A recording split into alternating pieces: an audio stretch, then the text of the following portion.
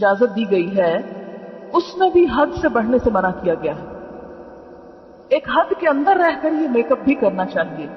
مثلا ہم دیکھتے ہیں کہ آپ صلی اللہ علیہ وسلم نے کچھ چیزوں کو جو عورت کے بناؤ سنگھار سے متعلق ہیں قابل لعنت قرار دیا اور فرمایا کہ ایسی چیزیں جب کسی قوم کے اندر آ جاتی ہیں تو وہ قوم ہلاک ہو جاتی ہے. اس میں جو طریقے عربوں کے ہاں رائج تھے ان میں سے جو چیزیں آپ نے ناپسند کی وہ کیا ہے؟ اپنے بالوں میں دوسرے بال ملا کر ان کو زیادہ لمبا اور گھنا کرنے کی کوشش کرنا. اپنے بالوں میں دوسرے بال ملا کے ان کو لمبا کرنا. جسم کے مختلف حصوں کو گودنا. گودنا کیا ہوتا ہے کہ وہ سکن کے اوپر پرماننٹ نشان بن جاتے ہیں. پھول بوٹے بنانا جسے فرنٹیئر میں رواج ہے یا افریقن ممالک میں رواج ہے کہ عورتوں کے چہرے کے اوپر مستقل قسم کی لکیریں اور نشان اور پھول اور معلوم نہیں کیا کچھ بنا ہوا ہوتا ہے. پھر اسی طرح مصنوعی تل بنانا. عربوں کے ہاں یہ رواج تھا کہ کہیں پر کالا سرما لگا کے گال پہ یا ٹھوڑی پہ یا کہیں بھی، یہ ہمارے ہاں بھی یہ رواج موجود ہے، خوبصورت لگنے کے لیے اٹریکٹیو ہوتے ہیں نا تل اگر کسی مخصوص جگہ پر، تو اس سے بھی روکا گیا کیونکہ وہ جسم کا حصہ نہیں. پھر اسی طرح بال اکھاڑ کر بھووں کی خاص بزا بنانا، بھووں کی شیپ بنانا، دانتوں کو گھس گھس کر باریک بنانا یا دانتوں کے درمیان مصنوعی خلا پیدا کرنا، یعنی دانت کھلے کرنا خوبصورت لگنے کے لیے، یا زعفران یا ورس وغیرہ کے مصنوعی ابٹنے مل کر چہرے پر مصنوعی رنگ پیدا کرنا. زعفران جو پیلا رنگ ہوتا ہے یعنی بالکل ایک مصنوعی اور ہی رنگ نظر آ رہا ہے، لیکن اس کے علاوہ باقی چیزوں کی جگہ اس میں آپ دیکھیں کہ کوئی بھی ایسا کام کرنا کہ جس سے ایک دھوکہ ہو، انسان ہو کچھ اور بالکل کچھ اور نظر آئے اور دوسرا انسان اس کو اصل سمجھنے لگے، یہ چیز تو منع ہے. لیکن کچھ چیزیں ایسی ہیں جیسے سرما لگا رہے ہیں آپ، تو سب کو پتا یہ سرما ہے اور آنکھ کے اندر جو کچھ وہ نظر آ رہا ہے نا کالا کالا، اور اگر تھوڑا باہر بھی نکال لیے تو کوئی حرج نہیں، تو وہ سرما ہی ہے. اسی طرح اگر آپ لپسٹک لگا رہے ہیں تو سب کو پتا کہ یہ ہونٹ کا رنگ نہیں ہے، یہ اوپر لال رنگ لگا ہوا ہے. تو اس میں جو بھی دیکھ رہا ہے وہ خوبصورت تو لگ رہا ہے انسان، لیکن دھوکے کا اندیشہ نہیں ہے اس میں. وہ جو ابٹن مل کے رنگ پیلا کر لینا یا سکن کا کلر بدل دینا جو ہے وہ دھوکے کی کیفیت ہے، کیونکہ اصل چیز بالکل ہی نیچے سے چھپ گئی ہے. اسی لیے ایسا نیچرل میک اپ تو اجازت ہے کہ جس میں انسان ذرا نکھار پیدا کر لے، اس کی اوریجنل کچھ نہ کچھ چیز نظر آ رہی، لیکن وہ کہ جو بالکل ایک نئی چیز بنا کے رکھ دے. جیسے ہمارے ہاں عموماً بیوٹی پارلرز پر جب دلہنیں تیار ہوتی ہیں تو اصل نہ کھال نظر آتی ہے نہ بال نظر آتا ہے، کچھ بھی نہیں، بالکل ایک نئی مخلوق نظر آتی ہے. اور جب شوہر ان کو اس روپ میں دیکھتا ہے تو ایکسپیکٹ کرتا ہے کہ بیوی ایسی ہو. اس لیے دلہنوں کو بھی ایسا سنگھار کرنے سے روکا گیا ہے کہ جو بالکل آرٹیفیشل قسم ہو. کوئی بھی پرماننٹ نقش و نگار جیسے وہ گودنا اور گدوانا جس کو کہتے ہیں، یا آرٹیفیشل اتنی کلر کوٹنگ کہ اصل سکن کا پتہ ہی نہ چلے، یا اسی طرح بھووں کی اصل شیپ کو بدل کر کچھ سے کچھ یا ساری اتار کے تو اپنی مرضی سے پینسل لگا کے ایک نئی شیپ دینا، یہ سب اس میں آ جاتا ہے. ہاں بھویں مثلاً یہاں سے دو جڑی ہوئی ہیں، تو اب یہ کیا ہے کہ یہ ایک اوریجنل عورت کی شکل نہیں ہوتی، ایک بیماری آپ کہہ سکتے ہیں.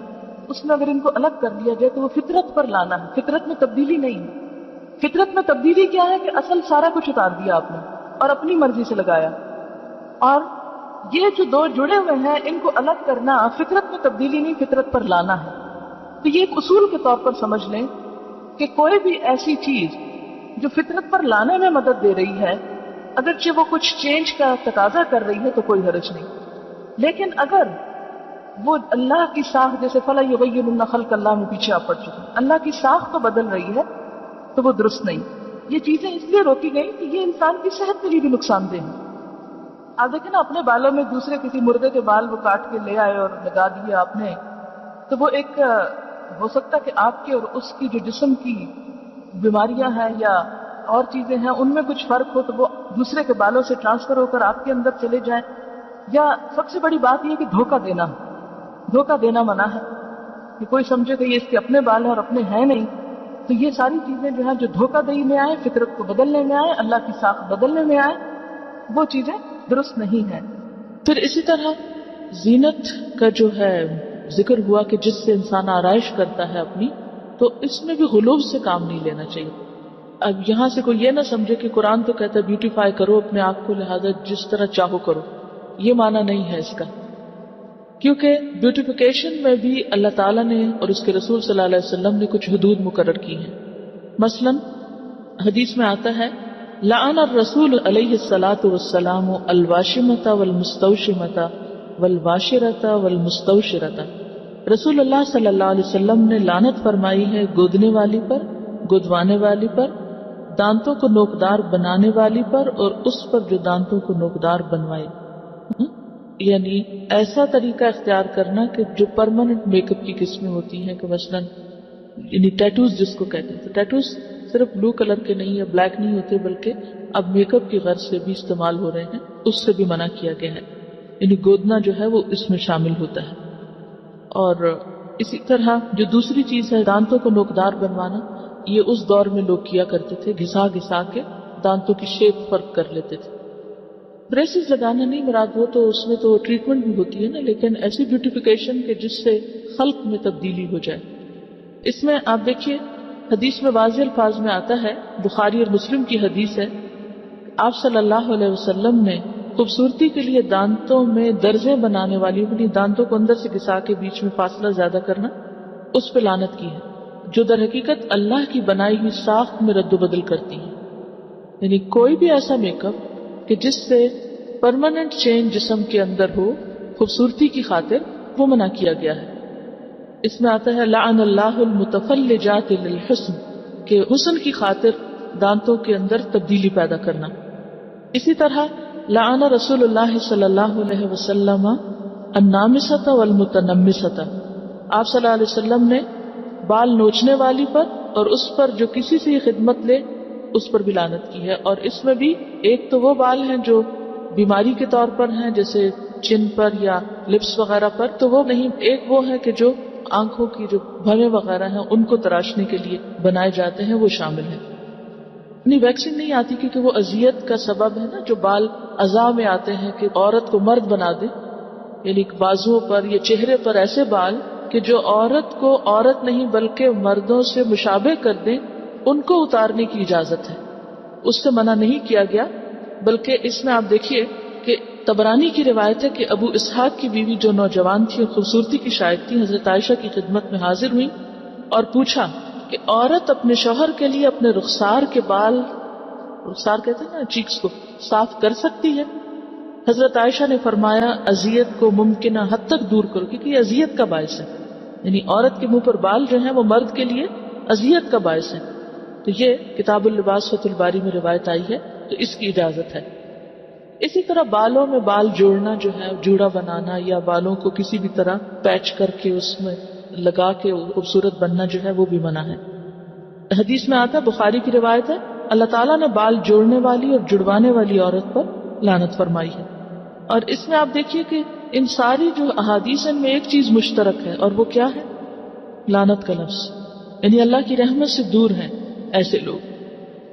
ایک اور حدیث میں آتا ہے کہ بنی اسرائیل اس وقت ہلاک ہوئے جب ان کی عورتوں نے ایسے کام کیے، یعنی بنی اسرائیل کی ہلاکت کے پیچھے بھی ان کی عورتوں کی حد سے زیادہ زینت میں دلچسپی تھی۔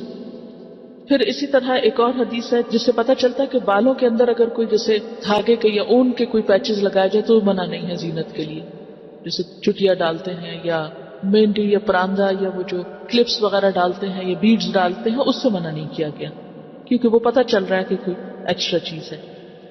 اور پھر اسی طرح یہ ہے کہ خضاب لگانا جو ہے، یعنی بالوں کو رنگ لگانا، اس میں سیاہ رنگ سے منع کیا گیا ہے، لیکن جو نیچرل کلر ہے جیسے مہندی ہے یا کوئی بھی نیچرل کلر ہے اس کی اجازت ہے۔ بالکل ٹوٹلی کالا کرنا جو ہے وہ منع ہے، مگر کالے کے علاوہ اور رنگ جو ہے ان کی رخصت ملتی ہے۔ اس میں ہم دیکھتے ہیں کہ واضح طور پر حکم ہے۔ ابو ہریرہ کی روایت ہے کہ نبی صلی اللہ علیہ وسلم نے فرمایا، یہود و نصارہ خضاب نہیں لگاتے، تم ان کے خلاف طرز عمل اختیار کرو، یعنی بال سفید رکھنا پسندیدہ نہیں، ان کو رنگنا زیادہ پسندیدہ ہے. ٹھیک ہے. یعنی بعض لوگوں کا خیال یہ ہے کہ کلر کرنا جو ہے یا خضاب لگانا جو ہے وہ شاید تقوی کے خلاف ہے. تو اس کے برعکس آپ نے کیا فرمایا کہ یہود و نصارہ اس کو نہیں پسند کرتے، کیونکہ ان کے ہاں بزرگی کی علامت کیا ہے کہ اپنے بال وائٹ کر لو. لیکن آپ نے کیا فرمایا کہ نہیں، تم رنگو. اور اس میں ہم دیکھتے ہیں کہ حضرت ابو بکر اور حضرت عمر خضاب لگاتے تھے، لیکن بعض صحابہ کو پسند نہیں تھا، جیسے طبعی طور پر جیسے حضرت علی ہیں، ابی ابن کعب، حضرت انس، ان کو پسند نہیں تھا. تو یہ نہیں کہا گیا کہ تم ضرور لگاؤ، یعنی تاکید بھی نہیں کی کہ کیوں. اگر کوئی اس لیے نہیں کر رہا، یعنی کسی اور قوم کی مشابہت میں نہیں کر رہا، اپنی ذاتی دلچسپی کی بنا پر اس کو نہیں شوق لگانے کا، تو اس کے لیے رعایت ہے. ایسا بھی نہیں کہ وہ ضرور ہی لگائے، لیکن لگانا جو ہے اس میں ممانعت نہیں. ہاں، اب کیا لگایا جائے اور کیا نہ لگایا جائے اس کے اوپر توجہ کرنے کی ضرورت ہے. اور اس میں خاص طور پر جو صحیح مسلم میں روایت آتی ہے کہ بالوں کا رنگ بدل دو لیکن سیاہ خضاب سے پرہیز کرو، بالکل بلیک نہیں لگاؤ. امام زہری فرماتے ہیں جب تک ہمارا چہرہ تر و تازہ تھا ہم سیاہ خضاب استعمال کرتے، لیکن جب سے چہرے اور دانتوں میں تغیر آ گیا ہم نے اس کا استعمال چھوڑ دیا. بالکل بلیک سے کیوں منع کیا گیا؟ کیونکہ یہ بھی ایک طرح سے دھوکہ دینے والی بات ہو جاتی ہے. آپ نے فرمایا بہترین چیز جس سے تم سفید بالوں کا رنگ بدل سکتے ہو وہ حنا اور کتم ہے. کتم جو ہے یہ یمن کی ایک بوٹی ہوتی ہے جس کا ریڈش بلیک کلر ہوتا ہے، سیاہ مائل بسرخ ہوتا ہے. اور حنا کا رنگ تو سب کو معلوم ہے. اور حضرت عمر خالص حنا لگاتے تھے، حضرت ابو بکر حنا اور کتم ملا کے لگاتے تھے.